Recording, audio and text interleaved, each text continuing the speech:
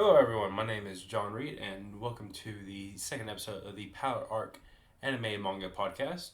Uh, we are covering the second arc of Dragon Ball, the 21st World Tournament Saga, or the Strongest Under the Heavens arc, which is broken down into two sections: the training section, the training arc, and then the tournament arc itself.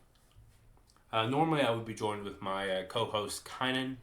But due to some family issues, he won't be able to join us for a few weeks. Um, Wishing him and his family the best. But as they say, the show must go on. As I said, today we are looking at the second saga of Dragon Ball, the 21st World Tournament Saga. So I will be breaking down the plots of the arc, going over the fights of the arc, and we'll be looking at some of the feats that occur in it. And I will be giving my thoughts on the overall arc itself, and also doing some looking at my anime list, look at the new season of anime that's coming up, to just looking at some of the shows that I will be watching, so that in case y'all be interested in either a watch along or a stuff like that, you can check out in our Discord, which should be linked in the section comments in the description below. Yeah. So let's cover the plot of Dragon Ball. But before that, I will be doing a counter for all the pervy moments that Roshi has. It won't be counting anything from the first arc. I may go back and actually calc that to see how many perv moments there is in the first arc of Dragon Ball. But with that said, let's get this going.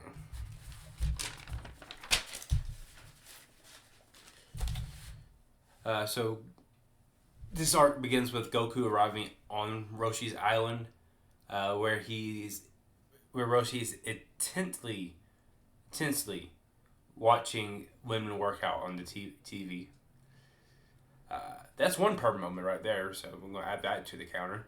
The reason why, because a kid walks in and he doesn't turn off. He just says, "Go eat in the kitchen." And continues watching. That is a perfect moment right there.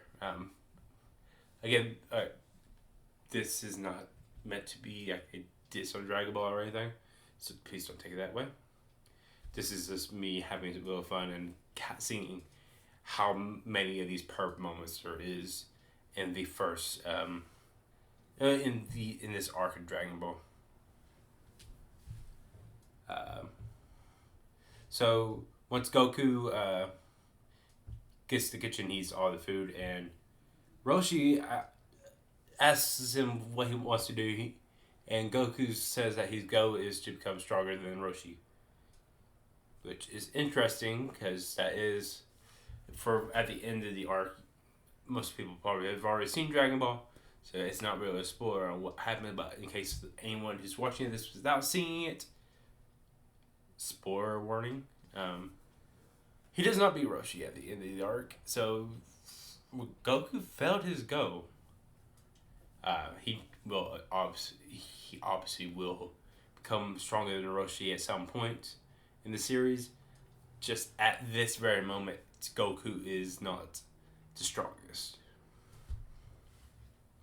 But Roshi gives him a requirement to train him. That requirement is that he has to go and grab him. For those who won't be able to see the visuals, I'll use the air quotes here. Has to go bring him another hottie. So Goku goes and brings him 3 different girls, which makes me bring up the question: did Roshi just have Goku traffic people? If so, that's Either way, that's going to be another. Add that to the count. He's already at 2. Technically, I should put that up to 4 for the amount of people that Goku had to go get for him. But I'm going to count it as 1. After the first woman that Goku brings to him, Goku is questioned on what his views on women are. Goku does not care about what their appearance is, but that upsets Roshi, and he asks him the question, "Are you missing some chromosomes or something?" Goku then brings him another girl who actually does fit the description of what Roshi wants, but she is a mermaid. Roshi didn't know that at first and asked Goku to go retrieve her panties. That's number 3 on the perv count. Yeah, but that's what he wants him to do. Go grab him some panties. When Goku comes back and says that she ain't wearing none, Roshi gets excited and he goes over to see for himself. When he finds out it's a mermaid, Roshi asks if he can fill up the mermaid, which he gets slapped for. That's number 4 on the perv count, by the way. Before Goku can go out and look again for another woman, a bald kid shows up in a boat wanting to be trained. This is Krillin. But in the Viz Media publication of it, instead of it being Krillin, the way that we know is Kurin, Kurin, Korean. So, little weird. But we continue on. We'll be calling him Krillin for the rest of this, just in case anyone's questioning why that is. And I feel like Krillin is the more common pronunciation of his name, especially here in the West. So Roshi, to get Roshi to agree to train him, Krillin gives him some porno magazines, which does not count towards Roshi's perv count, because that's not something he did. That's something Krillin did for him. So, yeah. Anyways, Krillin gives Roshi porno magazines so he can be trained by Roshi. Goku and Krillin go out and look for a woman for Roshi. They find Launch, which again the Viz Media publication spells it as lunch. They find a woman who's being chased by the police, which is the Launch. Technically, when we first see her, she is her blonde psychopath self. Not psychopath, the more violent version of herself. Then she turns into the black hair innocent girl.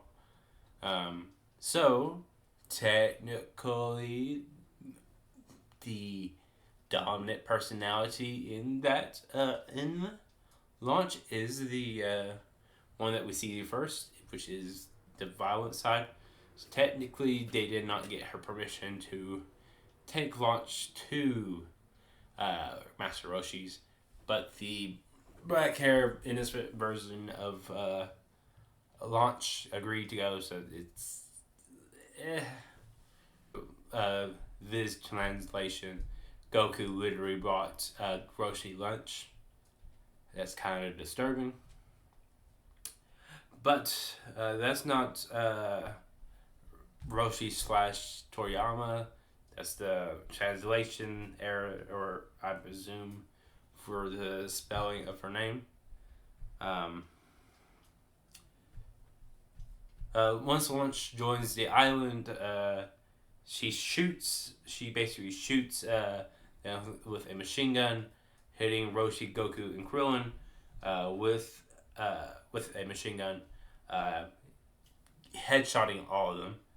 So that puts the that puts at least Roshi. That gives Roshi and Krillin a durability feat of street level because machine guns, according to Versus Wiki, are a street level uh, power scale.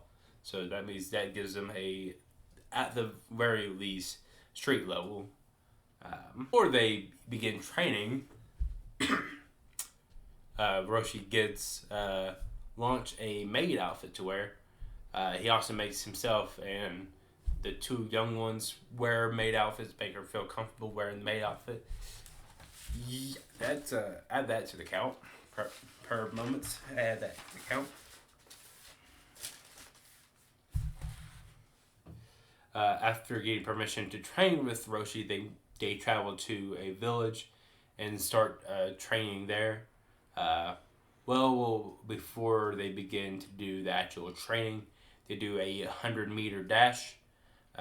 Krillin completes his in 10.4 seconds, which roughly comes out to 22.17 miles per hour. Goku does it. The first time he does, he's slower than Krillin, but he also destroys his shoe in the process and asks to do it again with a new pair of shoes. He's able to complete it this time faster than Krillin. He does it in 8.5 seconds, which is exactly 27 miles per hour.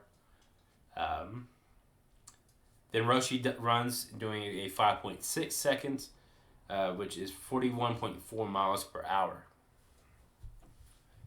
After this, Roshi writes on a rock and throws it over the cliff, expecting them to go find it in 30 minutes. The first one to find it and bring it back gets to eat dinner that night. But the one that doesn't get to eat that night.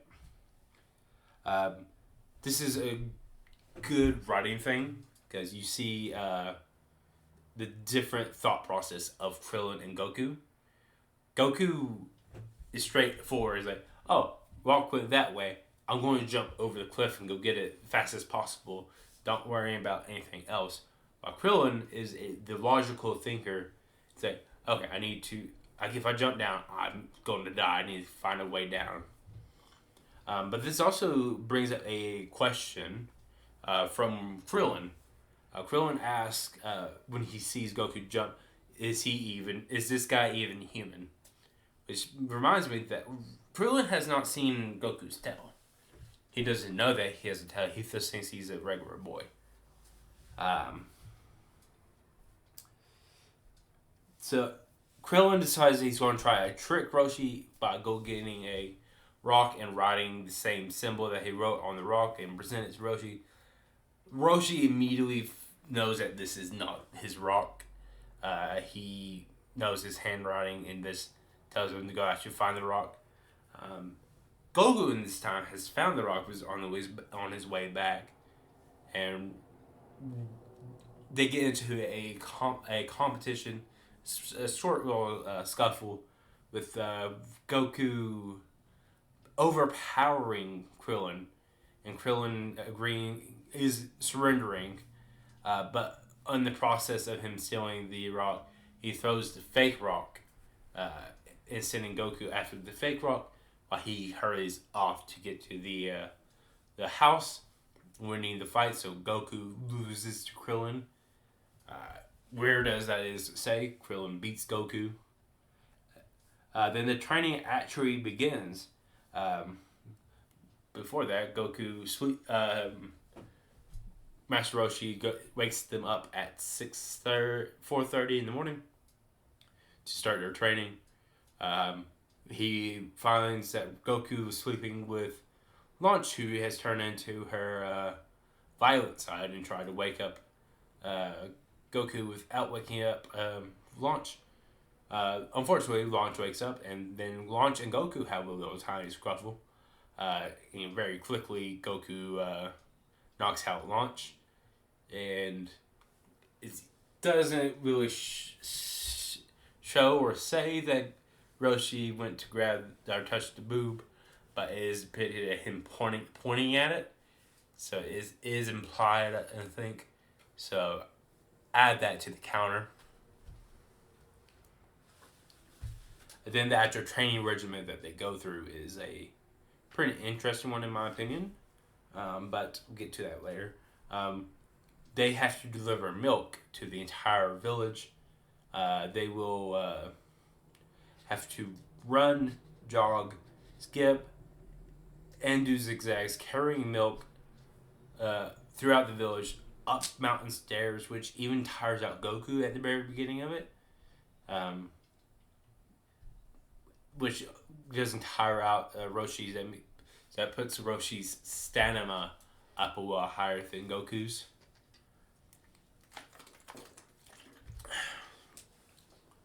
And they have to climb up the mountain stairs, cross log bridges, cross rivers without bridges, and run away from dinosaurs. All before that's just the early morning training. Then you get into the morning training where they plow the fields with their bare hands. Then they have breakfast. Then from breakfast to lunch, they study. Then after lunch for 30 minutes, they take a nap. Then after that, they go swimming in a lake infested with sharks. Interesting training regimen there. Roshi tells them that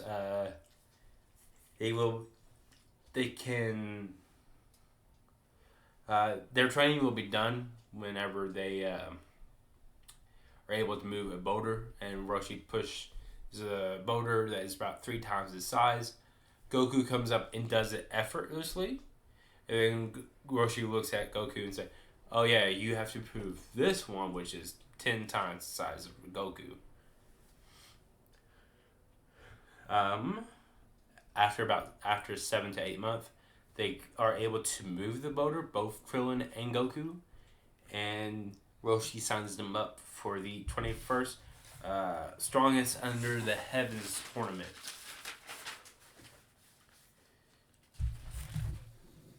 On the way to the tournament itself, they're on a plane, and Roshi slaps the flight attendant's ass. Add a charge. And then they continue, and when they sign up, they reunite with Yamcha, Bulma, Oolong, Pua, and Roshi asks Bulma if he can get a puff, add a charge. After proving themselves in the qualifying matches, we get to start the tournament. Krillin versus Bacteria is a good fight. Bacterian is using his body odor to get into Krillin's head. Goku reminds him that he doesn't have a nose, which doesn't make sense because he gets a nosebleed later in this arc. But we'll just let that go because it's still a gag manga after all. But Krillin turns the tables on him, and he uses his body odor to make Bacterian quit. Good fight. Then we get Jackie Chun versus Yamcha. Decent little fight, decent little scrimmage. Roshi is disguised as Jackie Chun. Roshi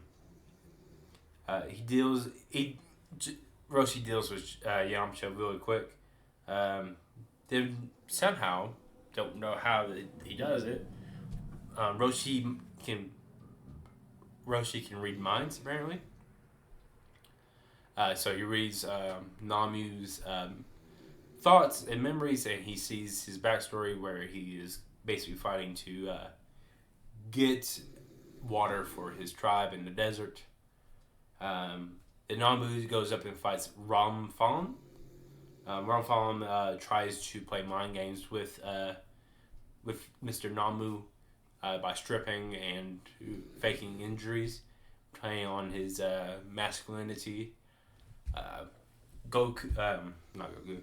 Namu does fall for a beginning, almost getting eliminated, but he hits her with a cross chop, and that is the end of Ramen Fam. Before they go on to the next fight, Jackie Chun's in the ring and he tries to grab the ass of the unconscious Ram Fam at a charge.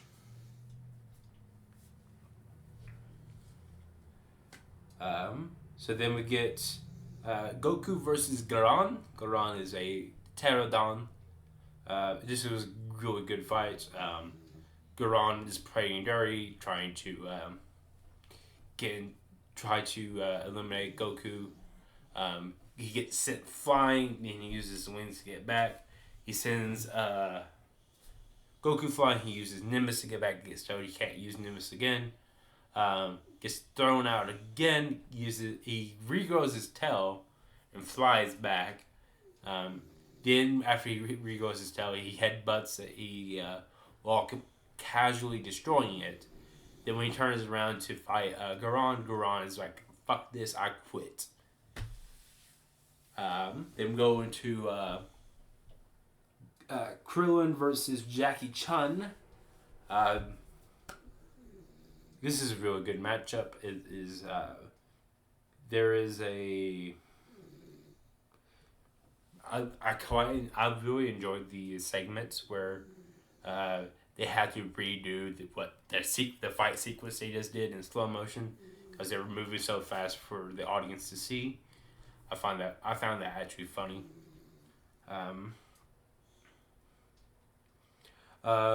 Jackie Chun is able to defeat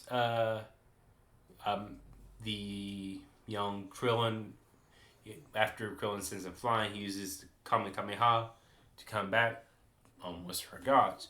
Krillin produces some panties and to distract the master fighter, who goes, "Ooh, panties," and gets distracted before he gets shot off. At a charge, because that's creepy material. But Jackie Chun wins. Then we get Namu versus Goku, which is a really good fight. I liked the part where they were both flying in the air, and when they come back down, Namu's going for the Mongolian chop, and Goku sidesteps, and as he's falling down, he gets drop kicked by Goku, sending him out of the ring. And after the match, Roshi convinces Namu to dress up as Roshi and stand in the crowd so that he can trick the young ones so that they keep his identity safe. But he also tells Namu that there is water for free here in the city, so he didn't have to worry about that. Yeah. Then in the last fight of the arc, we get Goku versus Jackie Chun, which is so far the best fight in this series. I don't know if that is at least in early Dragon Ball, because under Dragon Ball Z the fights are pretty good with the best ways, like fights against Frieza, Vegeta, Cell, Buu. But in terms of like early Dragon Ball and what I remember reading and rereading, this arc is already the best arc so far. When I reread it, it's already better than the Emperor Pilaf saga. So far it's 21st century, the 21st World Tournament saga, then Emperor Pilaf saga. Once we get through Dragon Ball, we can me and Kynan can make a tier list, hopefully, about the arcs, so you see where our arcs overlap, or thoughts are on the arcs. But after the fight, Roshi wins when he's able to complete the tiebreaker, which Goku just barely is unable to complete the Roshi is able to complete the tiebreaker, which Goku was this close to completing. So Roshi wins the tournament, getting 500,000 zenny, which Goku then spends almost all of it on food when they get took out to eat. So that is the plot of the second saga, Dragon Ball. Fights. So I'm going to do something different from what I was trying to do last episode. I'm going to list all the fights and give the ratings as they occur. What my ratings are for the fights. I'm gonna give a little bit of a synopsis of what the fights happened. What happened in the fights. I'm maybe also trying to do a reaction video to like the fights in the anime, because I had not seen the original Dragon Ball anime, so and seeing them actually in motion may change some of my opinions on the fights. But at the moment, this is what my current score rating for these fights are. Goku versus Krillin, I give it a 1.5. It's about a 1-page fight. Very decent though. It's 1.5. Goku versus Launch, roughly a half-page worth of fighting. She goes to shoot him, and he kicks her in the face, knocking her out. I gave it a 1 star. Krillin versus Bacterion. Now we're getting into the really good fights here of the arc. Krillin versus Bacterion ain't that special, but Krillin versus Bacterion is a special fight. Krillin versus Bacterion, but it is not anything special. It is still a good fight. I really enjoyed the whole Bacterion using his body odor to try to get a submission win. Again, I'm not the biggest. I wasn't the biggest fan of Krillin forgetting that he has a nose, and then the author forgetting that he doesn't have a nose and giving him a nose later on. So it kind of contradicts himself. But I gave it a 2.5 stars. It is a decent fight. Jackie Chan versus Yamcha, I also gave it 2.5. It's a very short fight. Back to Krillin versus Bacterion for a second. That is also, I think, the first fight that actually is a full-on chapter worth of just a fight, which one of the reasons why I rated it higher. Namu versus Ron. It was a very interesting fight. I gave it 3 stars. The mind games that was prime being played versus the noble Namu. They failed in the end, but them going through her trying her best to play those mind games gave it a little edge. That's why I gave it a 3. Goku versus Goran also gets a 3. It's a very interesting fight. Only reason why I gave it a 3 and not a 3.5 is because I didn't really enjoy the tail grow back scene. There wasn't really any lead up to it or anything that hinted that he was going to regrow his tail. If there was something that was going to hint that he's going to regrow his tail, that'd be a different story. But since there wasn't, that's like my one nitpick with the fight. But since that leads to the end of the fight, that's why I'm giving it 3 stars. Krillin versus Jackie Chan, I'm giving it a 3.5. I loved it. This fight, it's probably my second favorite fight of the arc. Followed closely by Namu versus Goku, which is also a 3.5. It is a fantastic little fight. Total skirmish. I love the whole final sequence when Namu's coming in from the top ropes, going for that Mongolian chop, and he gets kicked out of the ring.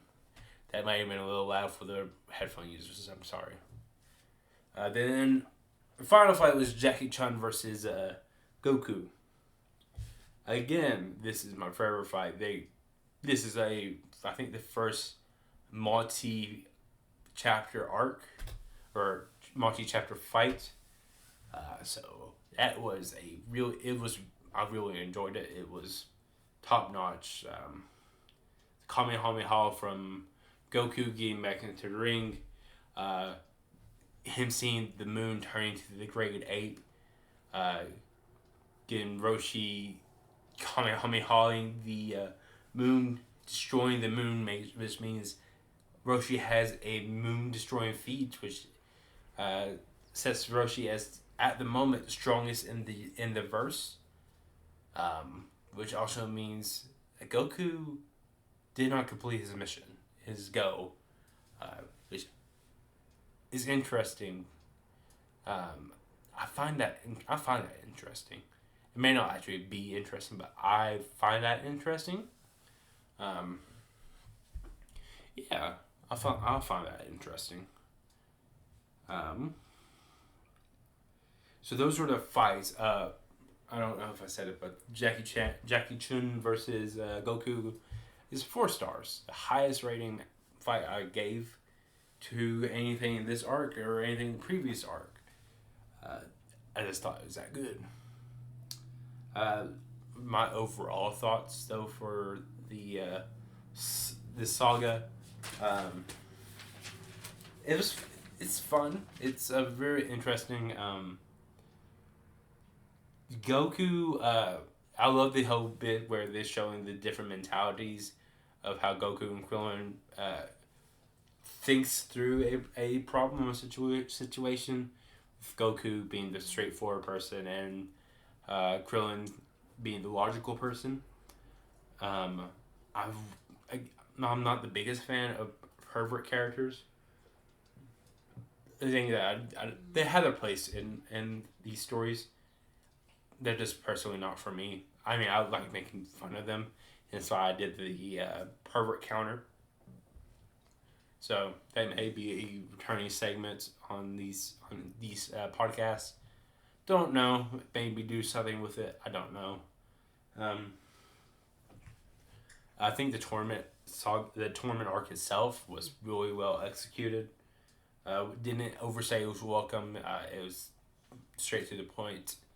Really good. I actually can't wait for what comes next. Rereading the Red Ribbon Army arc, Saga. Yeah.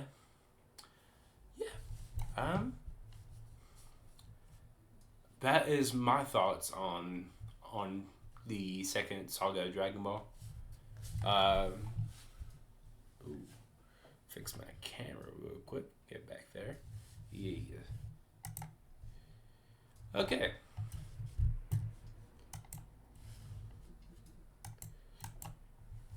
Okay, so what I'm going to be doing now is that I want to be going through my anime list, and I have them already pulled up.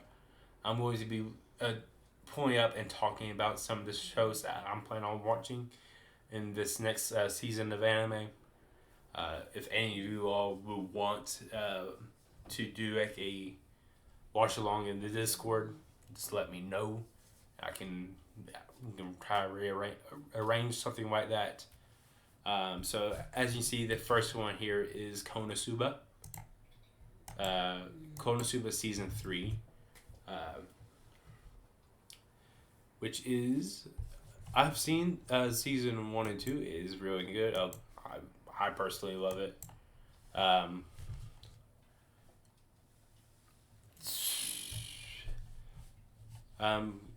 It follows, if y'all don't know, it's the story of following Kazuma. It's basically a parody of Isekai, which is why one reason why I really love it is because it's a parody of Isekai.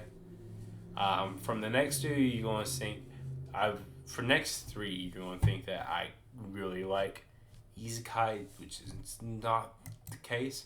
I just find that these are really good, fantasy series. Um, Next up is That Time I Got Reincarnated as a Slime, Season 3. Um, Season 2 showed a little bit darker side of Rimuru. I can't wait for Season 3. It's going to be a fun fantasy series. Kind of also the fact that Rimuru, from what I've seen in other people's videos, he is probably like one of the strongest. He's up there with some of the strongest characters in anime manga. So I am looking forward to seeing what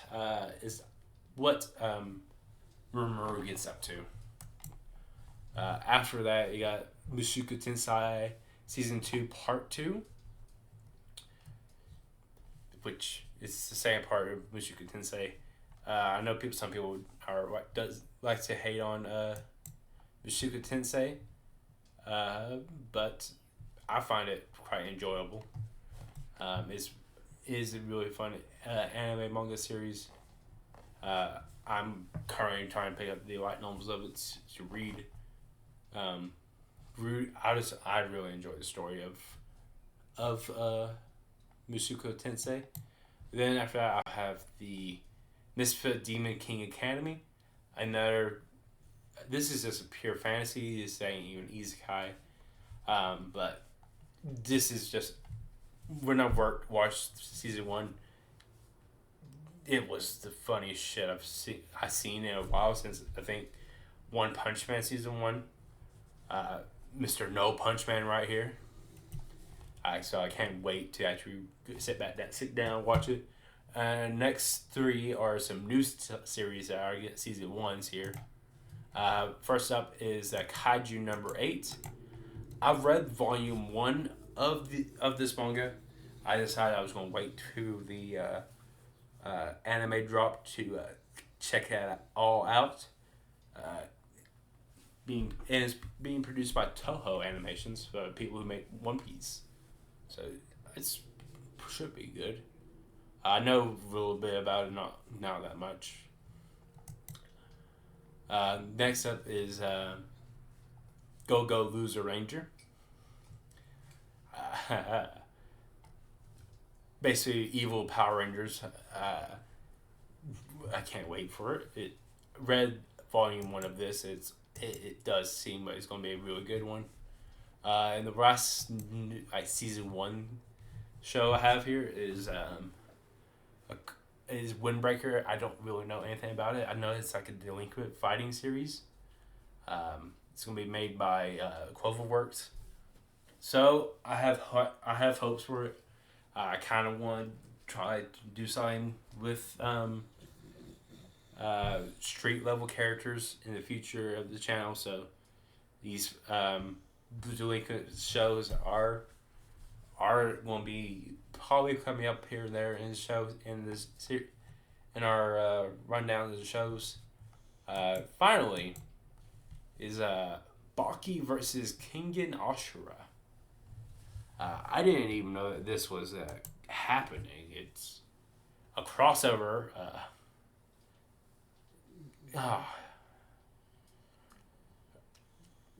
I don't know what's going on here. I'm completely caught up on Baki.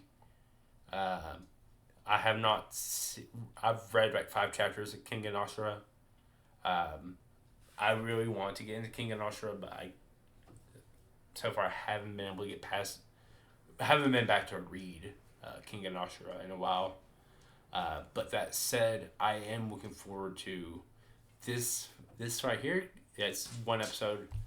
I can't wait for it. It's Baki versus Kengan Ashura.